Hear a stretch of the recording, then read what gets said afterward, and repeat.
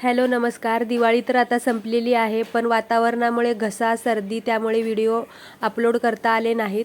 तर हा माझा व्हिडिओ धनतेरसच्या पहिल्या दिवशीपासून ते लक्ष्मीपूजनच्या पहिल्या दिवशीपर्यंतचे आहेत. कुठला मागे पुढे होत झाला असेल तर प्लीज समजून घ्या. तर धनतेरसच्या दिवशी दरवाजात सुंदर अशी रांगोळी काढली. मी टिपक्यांचीच काढते कधीही, पण मला ह्यावेळेस अशी ट्राय करायची होती, तर मला बऱ्यापैकी जमली. तर घरात सुद्धा अशी सुंदर पूजा करून घेतली.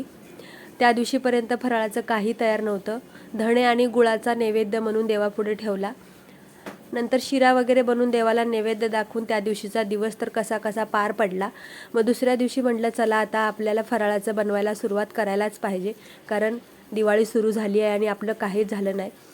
तर चिवडा करून घेतला, गुलाबजामुन करून घेतले. पहिला पदार्थ गुलाबजामुनच केला. नंतर चिवडा करून घेतला, थोड्याशा करंज्या केल्या, पुरीचे लाडू केले. बेसनपीठ डाळी म्हणजे आपण जे बेसनचे लाडू बनवतो त्याच प्रकारे ते बेसन होतं. मग त्याचे सुंदर अशा पुऱ्या करून त्याचे लाडू करून घेतले. शंकरपाळ्या बनवल्या. दिवाबत्तीचा टाईम झाला, दिवे वगैरे लावले. खिचडी भात बनवून ठेवला साईडला. आणि 9 वाजता ही बुंदीचे लाडू करायला घेतले. जेमतेम 11 11:30 वाजले व्हाईपर्यंत. मग हे रंग शेवटी बघा 2 वाट्या उरवून ठेवलं आणि असे रंग 2 प्रकारचे घालून रंगीबेरंगी सुंदर असे बुंदीचे लाडू तयार केले.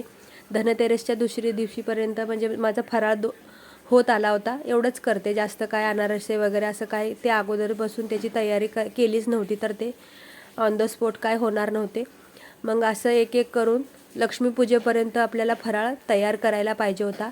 मग हे चकल्या दुसऱ्या दिवशी केल्या आणि सकाळी संध्याकाळी रांगोळी म्हटलं की 1-1.5 तास कधी निघून जात होता कळत नव्हतं. तर भरभर घड्याळाचे काटे तर पुढे सरकतच होते आणि कामं तर काहीच होत नव्हती.